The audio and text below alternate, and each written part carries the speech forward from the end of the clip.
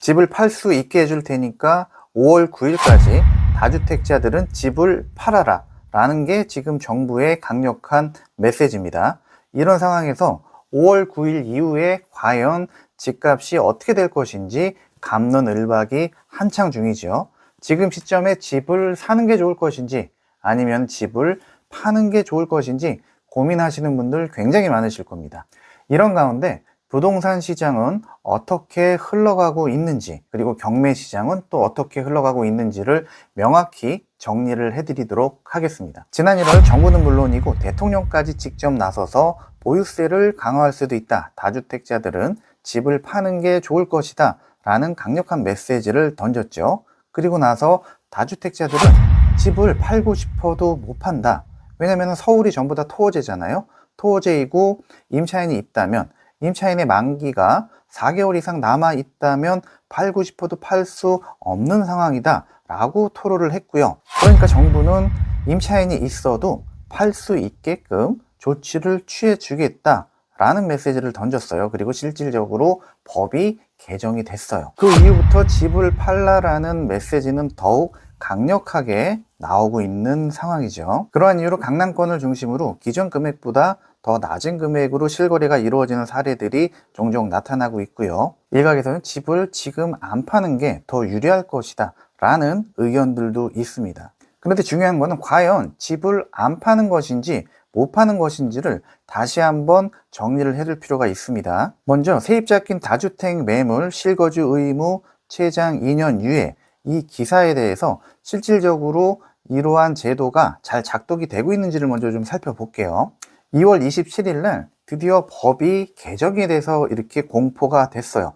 정확히는 부동산 거래 신고 등에 관한 법률 시행령이 새로 개정이 된 거예요. 내용을 좀 살펴볼까요? 부동산 거래 신고 등에 관한 법률 시행령 일부를 다음과 같이 개정한다. 그러고 쭉 내용들이 나와 있고요. 소득세법 제104조 7항 어쩌고 저쩌고 내용들을 쭉 보면 분명히 한글인데 도무지 이해할 수가 없어서 제가 간단하게 핵심만 좀 정리를 해드리겠습니다. 이 법의 내용은 다주택자가 무주택자에게 26년 5월 9일 이전까지 임차인이 있는 토호제 주택을 매매 계약을 할 경우 임차인 만기 때까지 실거주를 유예한다라는 내용이에요. 원래 임차인이 있는 아파트 같은 경우는 만기 4개월 이내에 기한이 돼야지만 토지거래 허가가 나올까 말까 했었거든요. 그런데 이 내용인 즉슨 만기 4개월 이상이 남아 있다고 해도 토지거래 허가를 해줄 테니 집을 팔아라 라는 내용이에요. 겁나잖아요. 그래서 집을 파는 분들이 제법 많이 등장을 했고요. 실질적으로 시장에 매물도 많이 나와 있습니다. 그런데 과연 원활하게 작동이 되는지를 한번 살펴볼게요. 자, 최초 계약이 24년 4월, 그러니까 만기가 26년 4월이 되겠죠. 그리고 계약 갱신이 됐어요. 갱신된 거는 26년 4월부터 28년 4월까지. 그런데 보통 계약 갱신을 하기 위해서는 딱 만기 때 하는 게 아니라 6개월에서 2개월 사이 때 계약 갱신을 하게끔 법에 돼 있죠. 그래서 갱신 계약을 체결한 날짜가 1월이었어요. 26년 1월. 그리고 나서 이후에 2월 27일 날 이 법령이 새로 만들어진 겁니다. 그러면은 이 아파트를 소유하고 있는 사람 입장에서는 26년 1월 달에 갱신 계약이 이미 됐고, 그리고 집을 팔라라고 했고 법 개정까지 됐으니 여기에 맞춰서 이제 집을 내놓은 거였어요. 그런데 결과적으로 토지거래 허가가 불허가 됐어요. 그 이유를 살펴봤더니 이렇습니다. 이 법령 내용에는요, 26년 2월 10일 당시 임대 중이어야 된다 라는 내용이 있어요. 그러면은 지금 갱신이 됐다고 해도 이미 26년 4월까지가 만기였으니까 2월 10일을 기준으로는 당연히 임대 중인 거잖아요. 그런데 지자체 해석은 달랐습니다. 계약갱신을 1월 달에 했고, 그렇기 때문에 새로운 계약이 적용이 되는 시점은 26년 4월부터다. 결과적으로 26년 2월 10일 당시의 계약이 아니다라는 굉장히 황당한 이유로 불허를 했어요. 그리고 결정적으로 한 가지 내용이 더 있습니다. 계약의 최초 종료일이 다음 항목의 구분에 따른 기간 이내여야 한다. 그러니까 만기가 이 날짜 28년 2월 12일까지여야 한다라는 거예요. 그런데 갱신계약 만기를 보면은 28년 4월이죠. 그러니까 28년 2월 12일 지나서가 만기이기 때문에 결국 허가를 해줄 수가 없다라고 해서 허가를 못 받은 사안입니다.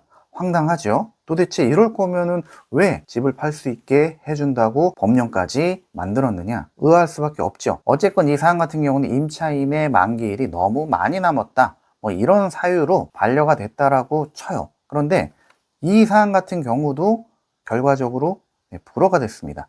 내용 한번 볼까요? 이건 최초 계약이 23년 6월이에요. 그래서 만기가 25년 6월이고요. 이것도 마찬가지로 갱신 계약이 돼서 25년 6월부터 27년 6월이 만기예요. 그렇다면은 28년 2월 12일까지 이 조건에 충족이 되죠. 그럼에도 이 사안 또한 불허가 됐습니다. 이유는 이거예요. 계약의 최초 종료일이, 그러니까 무슨 얘기냐면 최초 계약에 한해서 적용이 된다는 거예요. 갱신 계약이 된 거는 적용이 안 된다라는 게 핵심이에요. 이 위에 또 나와 있습니다. 계약의 최초 종료일로부터 2년으로 한다. 이게 뭐냐면 이때부터 입주를 해서 2년 이상 거주를 해야 된다라는 거예요. 그런데 여기도 마찬가지로 계약의 최초 종료일이라고 명확하게 나와 있죠. 그래서 결국 지자체에서는 불허를 한 거예요. 이런 일들이 많이 벌어지다 보니까 민원들이 굉장히 많았겠죠. 팔 수 있게 해준다고 했는데 팔 수 없는 상황이 된 거니까요. 여기에 대한 원성들이 많았고, 그래서 부랴부랴 국토부에서는 지자체한테 공문을 전달을 하겠다, 갱신 계약도 허가를 해줄 수 있게끔 공문을 하달을 하겠다라고 했어요. 그런데 중요한 건 뭐냐면요, 공문이 문제가 아니라 이 법령을 다시 개정을 해야 되는 게 맞는 거죠. 왜냐하면 이 법령에는 명확히 나와 있잖아요. 최초 종료일이라고 거듭 이렇게 나와 있단 말이에요. 그래서 지자체 입장에서는 그 공문대로 허가를 해주는 경우도 있고요, 아직도 허가를 안 해주는 경우가 있다라는 제보들이 들려오고 있습니다. 대혼란을 겪고 있는 거죠. 그렇다면은 이 법령에 딱 맞게끔 허가를 받을 수 있는 그러한 조건은 딱 이거예요. 최초 계약이어야 되고요, 28년 2월 12일 이내에 만기가 끝나야 된다라는 거예요. 이 경우에 해당된다면 이건 무조건 허가를 해 주겠다라는 거거든요. 그런데 한번 보시죠. 현 시점 기준 임차인의 만기가 6개월 이내라면 어때요? 계약갱신 요구를 할 수가 있죠. 그럼 결국 계약갱신 요구를 하게 되면은 이 또한 불허가 되는 거예요.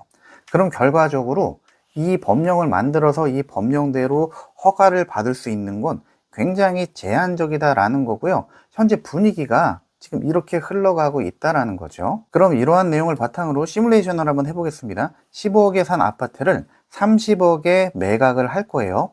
조건은 3주택자 이상이 조정대상 지역에 있는 아파트를 이 가격에 매각을 했을 때입니다. 26년 5월 9일을 기준으로 해서 그 전에 다행히도 팔았다라고 했을 때는요, 양도소득세는 4억 4,600만 원 정도가 됩니다. 10년 이상 보유를 했을 때를 가정을 한 거예요.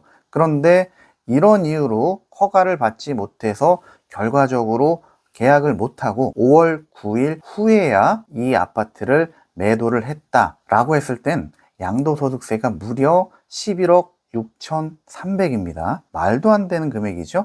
26년 5월 9일을 전후로 해서 그 이전에 매매 계약을 체결을 했느냐, 아니면 그 후에 매매 계약을 체결을 했느냐에 따라서 7억 넘는 양도소득세의 차이가 발생이 되는 거예요. 그런데 중요한 건 뭘까요? 이 시점이 지났다라고 했을 때 과연 11억 6,300만 원의 양도세를 내면서 매도할 사람이 과연 있겠느냐 하는 거죠. 결과적으로 5월 9일이 지나가는 순간 이러한 다주택자들의 매물은 더 이상 시장에 나오지 않을 것이다. 이거는 기정사실화된 거고요. 그렇게 되면 가격에 어떠한 영향을 미칠지는 여러분들도 상상하실 수 있을 겁니다. 자, 이런 이유 때문에 실질적으로 서울의 아파트 물량이 엄청나게 늘어났었어요. 매물수가 정말 많이 늘어났죠. 그런데 자세히 보시면 늘어났던 게 살짝 정점을 찍고 꺾이는 모습을 볼 수가 있습니다. 좀 더 자세히 한번 살펴볼게요. 이렇게 매물이 계속 늘어나다가 결과적으로 이때가 정점이었고요. 그러니까 며칠 전부터 이렇게 정점을 찍고 이제 매물수가 줄어드는 추이로 전환이 됐다라는 거예요. 그리고 눈여겨봐야 될 것이 바로 거래량이거든요. 25년도의 거래량과 26년도 현재 거래량을 한번 비교를 해 볼게요. 작년 3월 달에 서울 매매 건수는 10,000건이 넘었었습니다. 그런데 지금 현재는 어때요? 2,200건이 좀 넘는단 말이죠. 지금 영상을 촬영하는 시점이 3월 31일이거든요. 그러니까 아직 집계가 덜 된 걸 수도 있어요. 그런데 3월 31일이잖아요. 그래서 큰 차이는 없을 것 같아요. 결국 거래량 자체가 5분의 1 토막이 난 거예요. 매물수가 이렇게 늘었어도 그렇다라는 거죠. 그럼 일각에서는 매수하는 사람이 별로 없어서이다 라고 얘기를 할 수도 있어요. 그런데 매수 심리를 한번 볼게요. 이렇게 매수 심리는 쭉 떨어졌어요. 그러다가 결국 다시 이렇게 반등을 하는 모습이 보이시죠? 이러한 매수 심리는 거래량과 더불어서 아파트 가격에 영향을 미치게 되는데요. 거래량보다 훨씬 더 강력하게 아파트 가격에 직접적인 영향을 미치는 게 바로 이 매수 심리예요. 매수 심리가 다시금 이렇게 올라간다라는 것은 아파트 가격이 상승할 가능성이 매우 높다라는 거예요.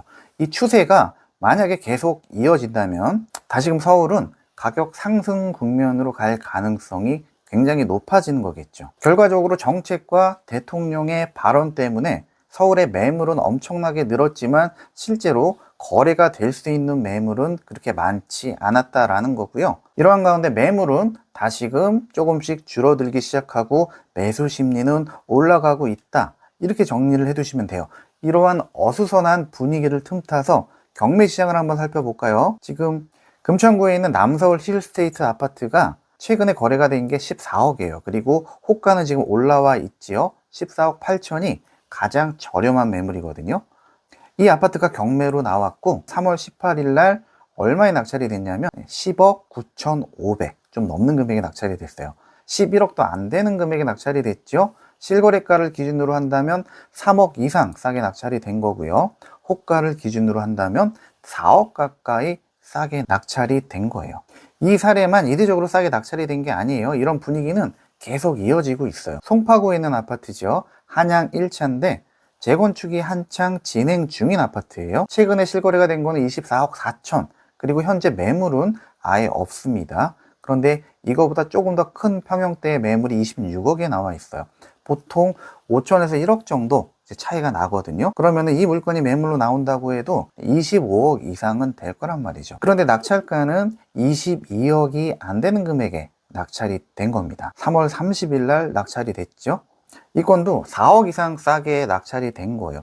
불과 몇 개월 전만 해도 서울에 입지 좋은 아파트들이 경매로 나왔을 때 그 낙찰가율은 상당히 높았었거든요. 그런데 지금 이례적으로 이런 현상들이 벌어지고 있고요. 더 특이한 현상은 뭐냐면 이렇게 매수 심리가 올라가고 있는 상황에서는 낙찰가율도 올라갈 수밖에 없거든요. 그런데 이처럼 현재는 싸게 낙찰이 되고 있다.